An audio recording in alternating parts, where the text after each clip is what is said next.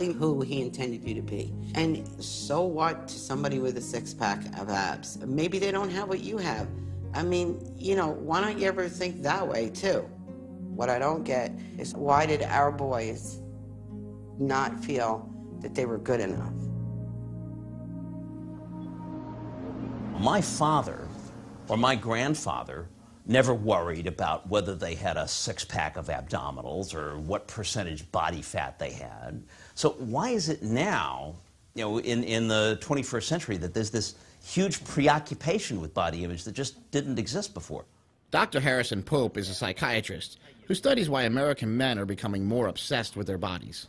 So here we have G.I. Joe from the 1960s. This is when he first came out at the time of the Vietnam War. He's a perfectly normal-looking dude. Here is G.I. Joe from about 10 years later, from the mid-1970s. He's got abs now. He's clearly been putting in some time in the gym.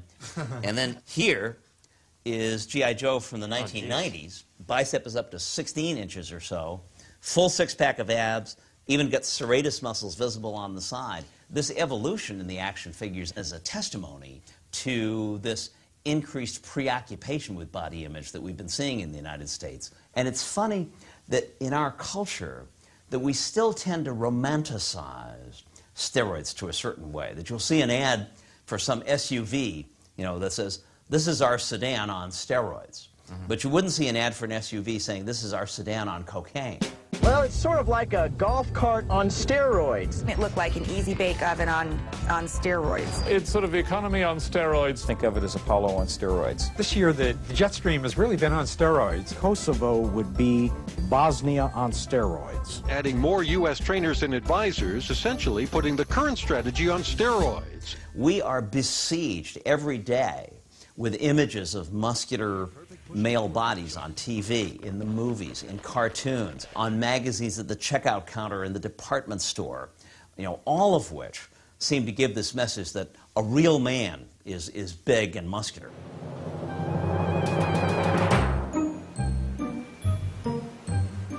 There you go, just like that. Good, give me some good abs, Christian. That's it. Saw Conan the Barbarian when I was 11. And at that moment, I said, that's exactly what I want to do. And I started to study Arnold and his achievements. So I started training with weights when I was 14. I started taking steroids when I was 16. So you're advertising a supplement. So a guy like me goes and looks in the magazine, and I see Christian Boving, and I'm like, wow, man, I want to look like that guy. So I go and take Hydroxycut or some supplement because I think that I'm going to look like you. But what I don't know is that you were taking steroids. Do you have any problem with that? That's a double-edged sword, my friend. How to answer this? If somebody looks at an ad with me in it and says, well, Christian Boving takes Hydroxycut, which I did, and I do, that doesn't necessarily mean that I don't take something else. And if they choose to believe that that's the only thing I'm taking to look like that, then so be it. They should be smarter than that. Is it misleading? Possibly a little bit, yeah. But is it a lie? Absolutely not.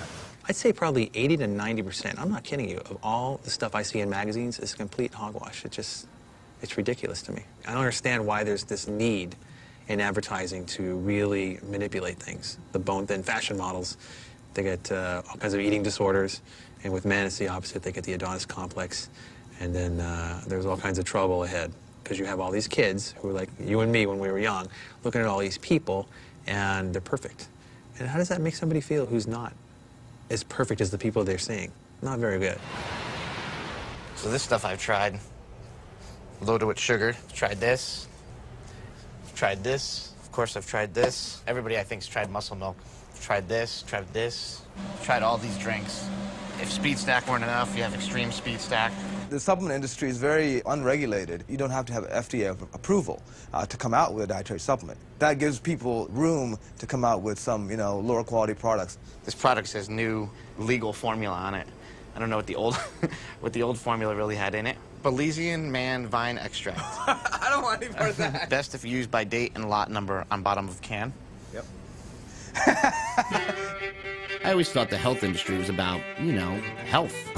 Why does it feel like we're back in the Wild West? It'll clean your teeth and curl your hair. The best in the West. I wouldn't be dead without a bottle. Well, we can all thank the senator from Utah, Orrin Hatch. Look how good he looks. I want to get his brand, is what I want to do. See, the health industry is big business in Utah. They make almost a quarter of all the dietary supplements in America. And supplements are a $24 billion industry. So you do the math. Making supplements used to be like making prescription drugs. You had to prove your product was safe and effective before you could sell it. Well, the supplement cowboys in Utah thought that was a real hassle. So they asked their favorite senator to change the rules around.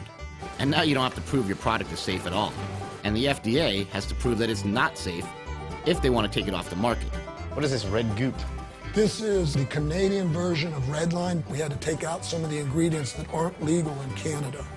Thanks to this deregulation, the supplement industry exploded, and all sorts of new and interesting people got in on the action. Yeah, we were always a good team, whether we were selling drugs or whether we were selling a supplement like we are now. Jekyll and Hyde supplements, you know, formulated to awaken your other side. Take this and all of a sudden you become the freak, the monster. Everybody wants to become a monster. You know, if Valentino can make a supplement, I bet anyone can do it. Hola. How many guys you need? I need 2 guys. We're making dietary supplements, and I just need a hand with a couple things. It'll be really easy. All I need you guys to do is take the white, put it inside, boom.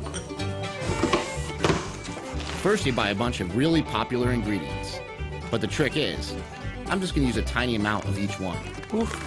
It's what we like to call in the supplement biz, pixie dusting. See, I can hide my secret formula behind the term proprietary blend and not reveal that it's pretty much just a pill full of rice flour. This is a good way to make a lot of money. Don't sneeze in the supplements here. But with all those expensive ingredients on the label, I can make this bottle for about $1.40 and sell it for $60. Thanks, Oren. We're in the supplement business now. The scary part is that everything I just did is by the book. Well, except for the illegal immigrant day laborers. But hey, nobody's regulating them either. Now I just need a misleading advertisement. They airbrush these guys a lot when you put them in magazines? Definitely. There's all kinds of techniques and tools you can use to completely manipulate the body. Really? In fact, I mean, some of the before and after pictures, they could be done in the same day. You haven't shot them in the same day, though, have you?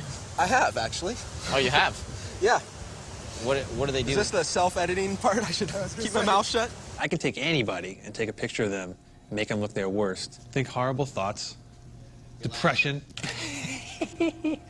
And then, through all kinds of ways, make them look their best.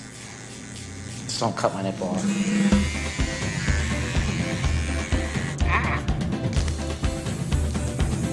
All right, I see here. Good. 1, 2, 3. Good. We can take it a step further if we want in the befores and the afters. Basically, you can take somebody and make them a little fatter or shorter. Are people falling for this? They fall for it all the time, and it's beyond what I can understand because it looks so silly to me. But of course, I'm somebody who's had sort of an inside backstage pass of what's really occurred, and I've been part of some of these scams that have played out. So, if unregulated dietary supplements are marketed like steroids and sold by people who are on steroids, is it any wonder that so many people are just taking the real thing? I mean, it's not like they're hard to get. You can cross the border and buy them from a pet store in Mexico. Testosterone now? 50 milligrams. But it's for your dog or something, right? Oh, it's for my dog. Yeah, I forgot. Yeah. My dog's anemic. Or you can buy them on the internet, like Mad Dog. If you order it online, you can get the ship for $250 a kit instead of paying somebody on the black market $500 or $600 for a kit. Or if you have enough money, you can get it legally. This is the annual convention for anti-aging medicine. Booth after booth of all the taboo performance-enhancing drugs. Stanozolol. Hey, that's what Ben Johnson used. Nandrolone. Isn't that what Sean Merriman got caught with? Oh, and human growth hormone. They say Marion Jones was taking that. Human growth hormone usage has been rampant in baseball and other sports. Athletes use HGH because it works a lot like anabolic steroids. And the best part is, there's no way to test for it. Here's how you get it. First, you go to your anti-aging doctor. Now, the doctor might not be a medical doctor, like in my case. He's a chiropractor. And chiropractors can't prescribe drugs, but that's okay.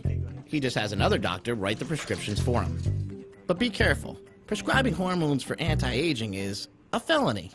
So you can't exactly tell your anti-aging doctor that you're interested in anti-aging. Not to worry, though. Just use the words hormone deficiency instead. First thing, doc will want to do a little physical. You have people come to you to try to get steroids? Like, absolutely. But prescribing steroids, that's not what we do. Not at all. but it kind of is what you do in a way, in a different way. Next, you're going to get a urine test to check your hormone levels for 24 hours. That's a take-home test. You know, Scout's honor. Send in the test, and a week later, go get your results. Get your labs back here. Urinary growth hormone output. But here's the thing. Since the FDA's never defined what a hormone deficiency really is, well, Doc can pretty much interpret the results however he wants. So you're a little bit low coming down. I'm going to bring those levels up to optimal. Now, it may seem strange that the most controversial drugs in America are being prescribed using take-home tests, and in my case, by a doctor I never met. But hey, at least I'm not the one breaking the law. Why don't you just get it legally?